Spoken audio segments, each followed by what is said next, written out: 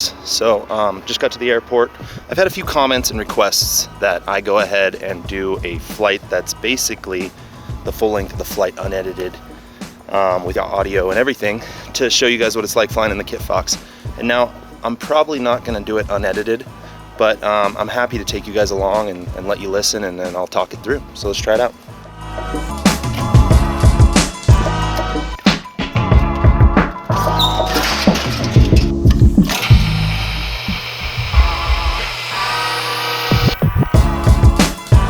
Freedom Fox.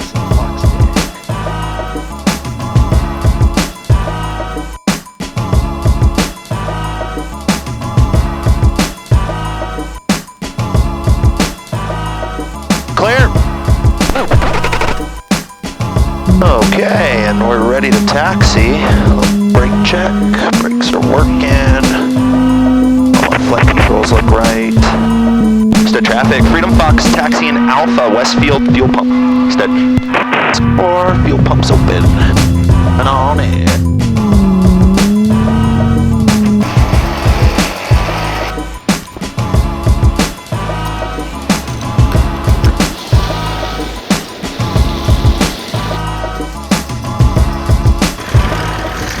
Okay, we got a little wind. We'll still go poke around and see what things look like. Let me make sure everything's good. That's on. And we're going for it. Alright, I don't see anyone. Block of birds over there, which I don't want to hit. And Stead traffic. Freedom Fox taking runway 8 at Alpha 2. We'll be straight out eastbound. Stead. Approaching runway 08. Entered runway 08. 26. Okay. And with the Kitfox, all I'm going to do, I'm going to get lined up. I'm in takeoff pitch on my prop, so it's going to give me full RPM. I am lined up. Now I'm going to ease in the throttle to full throttle. Go ahead and lift the tail. And right about there, I can fly. Really doesn't take much to get this thing off the ground. All right. That's plenty high. So yeah, that's about it. We're going to go see what we can do as far as finding some places to get the tires dirty. They're looking way too clean right now. All right, I'm gonna go ahead and get down a little lower over here. Obviously, we got to stay 500 feet from any people, but what I'm gonna do, I'm gonna go swing by there's an RC, like radio control club field out here that has a windsock. So I'm gonna go swing by the backside of that and see what the wind's doing. Oof. It is a little bumpy. Windsock is showing a little bit, maybe out of the south. Wow, that guy's got a huge RC plane. That's like an 8-foot wingspan thing. A 30% scale or something like that. I don't know how the scales actually work, but something like that. It's huge. Well, you know what? I got a little spot here I'm going to go ahead and get down on. We'll see how it goes. I have not been out here in a while, so I don't know how dusty everything is. Or, I mean, muddy. Mud's the fear, dust doesn't matter. So I'm gonna go ahead and pull in a click of flaps. I got my landing, I'm at about 60 right now. I'm gonna go ahead and pull in full flaps, full aft trim or back trim, get that stick pressure up. And then all I'm doing here is I am just lining up for this dirt pad with anticipation of rolling off onto the dirt road right there. So I'm looking at about 50 right now, which is a good approach speed solo. And we'll get in here, flare it, and that's it. And we're down. And it's a little bumpy, but that's fine. So, and I'm off the road. I don't know where I'm going there. Again, the forward visibility on this thing doesn't make it super easy to see where I'm going. Luckily, you put big enough tires and some shocks, get your prop out of the way, you can go bouncing through some stuff.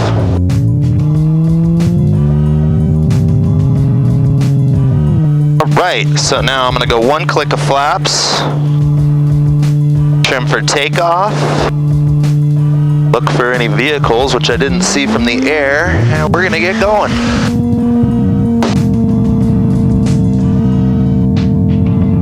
And this is a little uphill, so it takes me a little longer to get flying, but still not bad. And I'm off. And there's another long, skinny one over here, but last I saw it was super rutted. It might be worth just taking a look at before I get too far. Oh, it doesn't look bad. Maybe we'll see if this thing will work for us. If I get down and it's a ruddy mess, then I'm not landing, but...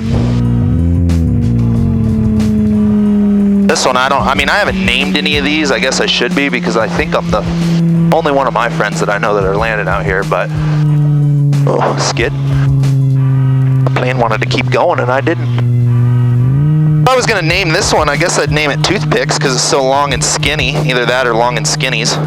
I don't really have a good name. I think I have plenty of room in front of me, so I'm gonna go ahead and just take off from here. Go ahead and try to get that tail up so I can see where I'm going because it is so skinny. And it's a little rutted. Nothing too horrible though. That's enough. And so really with this plane, just with my airspeed, which does indicate low, I still know that once I get my tail up and once I see about 30 miles per hour, then I'm safe to go ahead and rotate. All right, there's another one. This one's kind of fun too because there's actually a little fence. I think it's like some sort of power or well thing. I don't know what they have. There's some sort of public utility fence that surrounds the approach end of this one, which makes it fun because you got to get a little steep coming over it to get down. And then there's also, it's bumpy. This one I'm usually doing the little trophy truck bounce. But we'll see. All right. The nice thing is this one is lined up more into the wind than the last two. So full flaps. I'm at 50 and I'm going to keep it right there. Coming over this thing, not going to hit it. And then I know there's a bump right after this creek or puddle. So I'm aiming for just past the puddle and flare it out and hit the uphill, but that's fine. And we'll get that tail down. Or the flaps, definitely get the tail down. All right. Go ahead and taxi around. And on this one, I just felt like I should probably taxi back because I have not come out and scouted all this since we've had some weather, so I don't want to go popping over the next little knoll, which I've rolled when it's dry, and find out it's not dry. So I am just going ahead and taxiing back to where I touched down. Anywhere in here is good. I don't want to go into that mud. And here we go. I'm going to use a little bit of P-factor for my my advantage here. So I'm actually angled a little crooked for the runway, but we'll go ahead and go full throttle. And we'll get that tail up just a little bit, just to where I can see I don't need it all the way up, and then I can go full flaps and it probably will pop off. And it did. Get rid of that one click, I don't need both. All right. And we are zooming. Kitfoxing.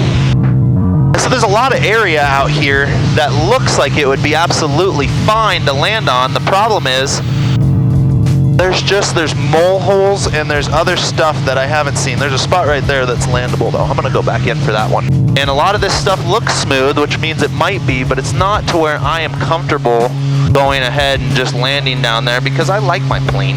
I don't want to go find a rock or a knoll or something and just have it ruin my day. So anyway, found another little patch I'm going to go ahead and line up on. I'm a little fast, a little high, but this gear, it just took so much drag that now I'm below 50. So I'm going to stay in the power. This one looks like it could be muddy too, which is fine. Get it down.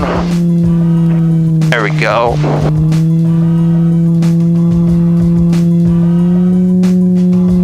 This one's rough. So this isn't one that I would come with little tires and come and smack down like I just did, unless you have a plane that's kind of built for it. Luckily, this thing handles that stuff pretty damn well. Ooh, see, there's one of those mole holes that you don't see. Even though, again, 29s, it rolls right over it. And back out of here. If I had to name this spot, I don't know. Bumpy something. Humpty Bumpty. Nice once I get on the mains, but man, is it bumpy. Go ahead and get it off right there. I don't like sitting in the bumps that long. But again, not a real big deal. Pops right out of there. Okay. Then we'll get rid of flaps and I'm off. So really, with a lot of these things, and I need to emphasize this very strongly, I have been out here many times. I'm not just coming out first time and blindly coming in and landing at these spots. I've come and I've done all my passes to where I'm checking the consistency. I'm making sure that I can get in, get out, checking the approach and departure. Oh, we got a coyote. I'm gonna go get him. Let's go see if we can get this fucker. Oh, I don't know if you can see him. He's right in front of us. Brrr, brrr, coyote. I love it. So coyotes, we have so many of them out here. They're actually pests. You don't need a tag to shoot a coyote, and I'm not one that shoots or hunts or anything, so I don't shoot them. I just like chasing them with my plane.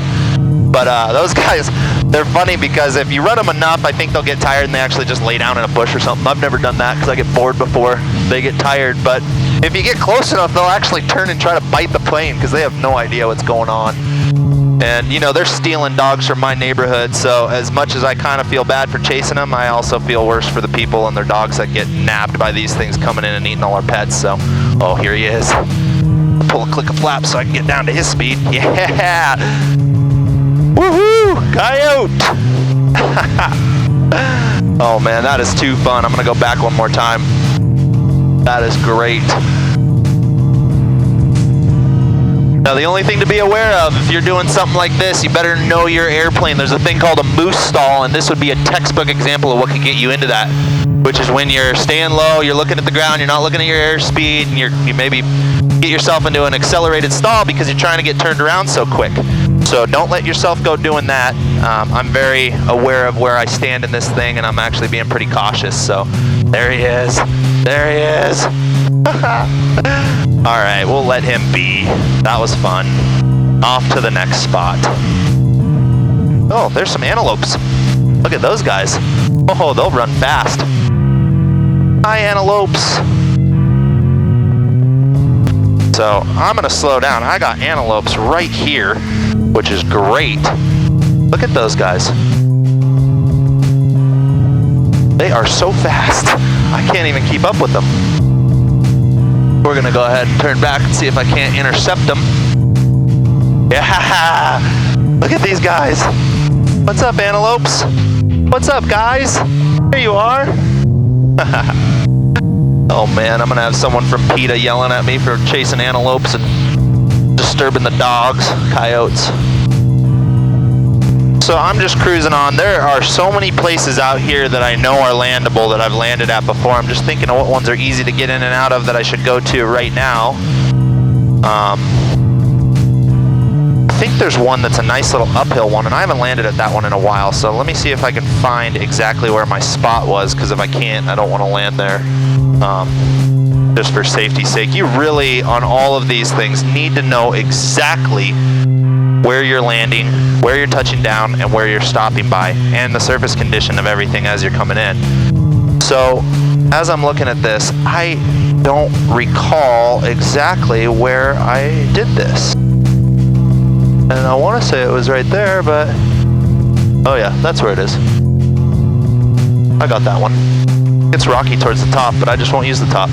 Okay. I think I've got this figured out where I'm going in. If it doesn't look right, I'm turning out early because you don't want to find out late. Okay. So, at this point, I am lined up on where I believe I landed before. And at this point, I am committed. So I'm going to scoot this way. And it looks pretty good. And there's definitely rocks up here. Woo! That one was bumpy. I probably should have landed farther down.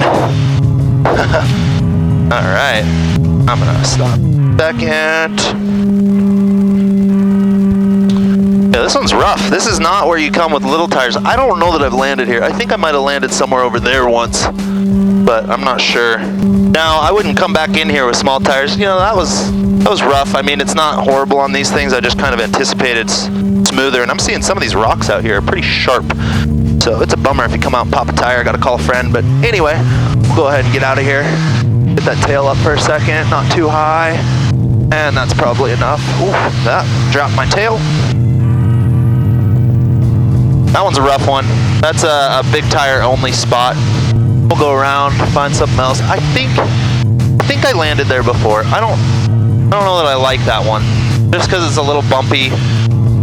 But I do have another one facing the other way, which I'd like to go do. So I will get myself slowed up. It would be fun to get up on top of one of these peaks, but none of these I actually know well enough to get in there and do that. So, okay, now I am lining up for yet another one. This one's pretty fun because you can get low and you can't really see the strip until you poke around this hill.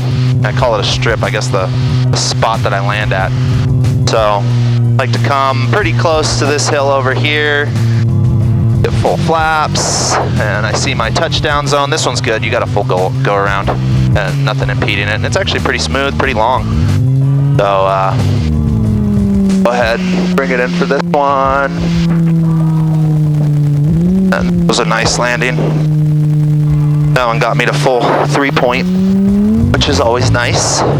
John at Kitfox would like that. He's a 3-point guy. I'm normally more of a wheel lander myself, but you know, I think there's a importance in being able to do both and using them interchangeably when the time comes. I will not say that you should land everywhere in a wheel landing. I would not land in soft, muddy, sandy soil in a wheel landing, and because you could go over frontwards, but then also really rocky stuff, you don't want your tail down in that. So rocky stuff and rough stuff, I try to stay on the mains. I've got suspension, I got big tires up there. So anyway, back on the roll we go. And we go full throttle, try to get that tail up a little bit, and we got it. I'm driving down the road, and then we'll just rotate when it's right. And we are off. Hi, cows. Sorry. Not meaning to scare ya. And yeah, so that was it. That's basically just a regular little daily flight.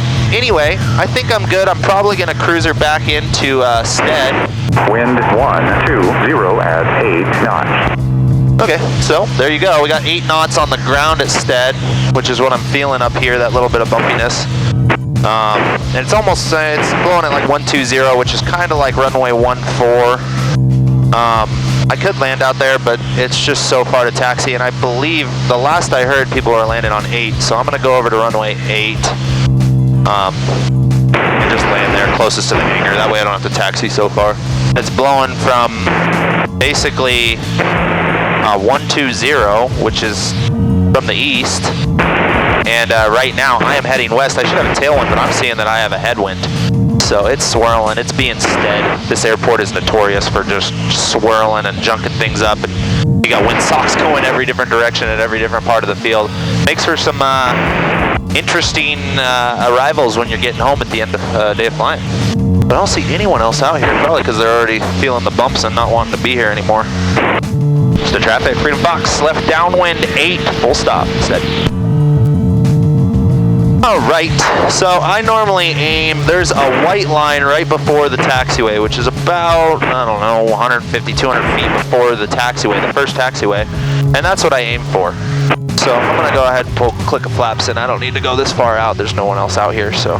Stead traffic, Freedom Fox, left base 8, full stop, Stead. And Stead traffic, Freedom Fox, final 8, full stop.